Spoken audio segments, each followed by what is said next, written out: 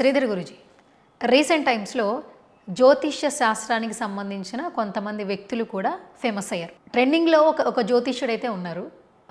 ముందే సినిమాలు రిలీజ్ అవ్వకముందే ఆ సినిమాలు ఫట్ అయిపోతాయి, ఈ కపుల్ విడిపోతారు, ఇతని జాతకంలో ఈమె జాతకంలో దోషం ఉంది, పెళ్లి చేసుకున్న డివోర్స్ తీసుకుంటారు అని చెప్పి మళ్ళీ రీసెంట్గా ఎలక్షన్స్ జరిగినప్పుడు మళ్ళీ ప్రస్తుత గవర్నమెంటే ఉంటుంది, గవర్నమెంట్ చేంజ్ అవ్వదు అని చెప్పి కూడా కొంత వైరల్ అయ్యారు. ఆయన కొంత విమర్శలు కూడా ఎదుర్కొన్నారు. జ్యోతిష శాస్త్రంగా చూస్తే బాగానే ఉండేది, కానీ వ్యక్తిగతంగా వెళ్ళిపోవడం వల్ల ఇప్పుడు ఆయన కొంచెం విమర్శల పాలయ్యారు. ఆయన ఎవరో పేరు చెప్పక్కర్లేదు.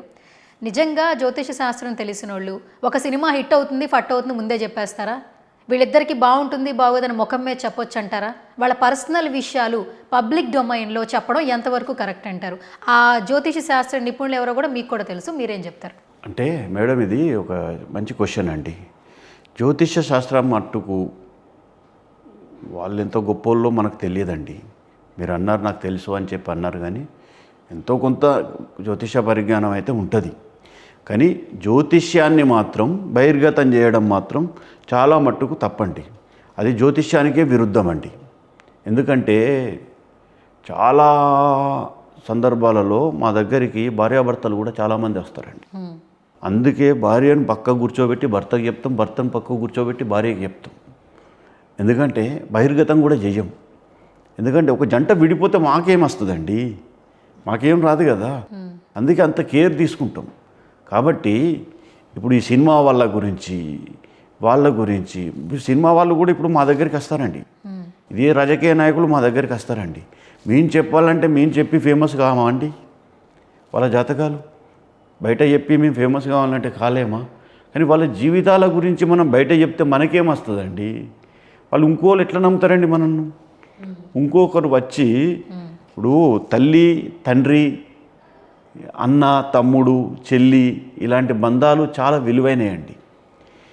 ఇంతటి విలువైన బంధాలకు కూడా చెప్పని విషయాలను కూడా ఒక గురువుకు చెప్పుకునే టైంలో ఆ గురువే మోసం చేస్తే మీకు ఎంత బాధ అనిపిస్తుందండి? మీరు ఇంకోసారి నమ్మేస్తారా అమ్మ దగ్గరికి? నేనే కాదండి, మీరే కాదు, ప్రపంచంలో ఎవ్వరు కూడా దాన్ని అది మంచిద పద్ధతి అని ఎవ్వరూ అనరండి. ఏ జ్యోతిష్యుడు ఆ విధంగా చేయడండి.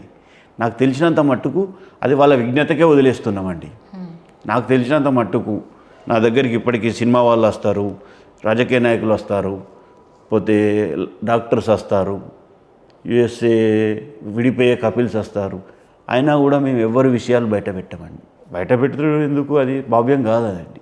ఎందుకంటే ఎవరి పర్సనల్ విషయం వాళ్ళకండి. ప్రతి మనిషిలో రెండు కోణాలు ఉంటాయండి. ఒకటి బయటికి కనబడేది, ఒకటి లోన కనబడేది. లోన కనబడేదాన్ని అదే గురువు చూస్తాడండి. ఆ లోన కనబడేదాన్ని లోననే ఉంచడమే ఆ గురువు యొక్క లక్షణం. దాన్నే గురువు అంటారు. అందుకే ఆయనను గురువు అంటారు. కాబట్టి ఆ గురు స్థానాన్ని ఎప్పుడు అలాగనే ఉంచుకోవాలంటే ఈ విధమైన కామెంట్ ద్వారా వాళ్ళ పైకి వస్తామని చెప్పంటే అది ఎంతవరకు నీ సుతనామని నేను ఒప్పుకోనండి. నేనే కాదు, ఏ జ్యోతిష్యుడు కూడా దీనికి ఒప్పుకోరండి. Okay, compulsory. ఇంకొకటి, అదే జ్యోతిష్యుడు పవర్ స్టార్ పవన్ కళ్యాణ్ గురించి కొన్ని వ్యాఖ్యలు చేశారు. అవునమ్మా. రాజకీయ పరంగా ఆయన ముందుకెళ్ళలేరు అని చెప్పారు. ఇప్పుడు రీసెంట్గా రిజల్ట్ చూస్తుంటే ఆల్మోస్ట్ డిప్యూటీ సీఎం అయిపోయారు పవర్ స్టార్ పవన్ కళ్యాణ్ గారు. 10 ఏళ్ళు పడిన కష్టానికి ఈరోజు ఒక ప్రతిఫలం దక్కింది అని చెప్పి అందరూ అంటున్నారు. మీరు కూడా ఆయనకు సంబంధించి చూసే ఉంటారు, ఆయన పడిన మాటలు కానీ. ఆయన జాతకం తెలుసమ్మా నాకు. సో ఆయన జాతకం మీకు తెలుసన్నారు కాబట్టి పవన్ కళ్యాణ్ గారి జాతకంలో మీరు గుర్తించిన ముఖ్యమైన అంశాలేంటి? అట్లా చెప్పకూడదమ్మా. పవన్ కళ్యాణ్ గారి జాతకం నాకు తెలుసు, ఎన్నో, కానీ అట్లా బయట ఇట్లా విచ్చలవిడి చేయకూడదు. ఆయన జాతకం చాలా గొప్పది, ఎన్నో, గొప్పది కాబట్టే గొప్పవాడయ్యాడు. అంతేగాని పవన్ స్టార్ ఇలా అవుతాడు, పవన్ స్టార్ అలా అవుతాడని చెప్పి నేను చెప్పకూడదు బయట. ఆయన పర్సనల్గా చెప్తా ఏదైనా, అంతే తప్ప కానీ బయట చెప్పానండి. ఎన్నో, ఇదే కాదండి, చాలామంది ఉన్నాయండి, చాలామంది ఉన్నాయి.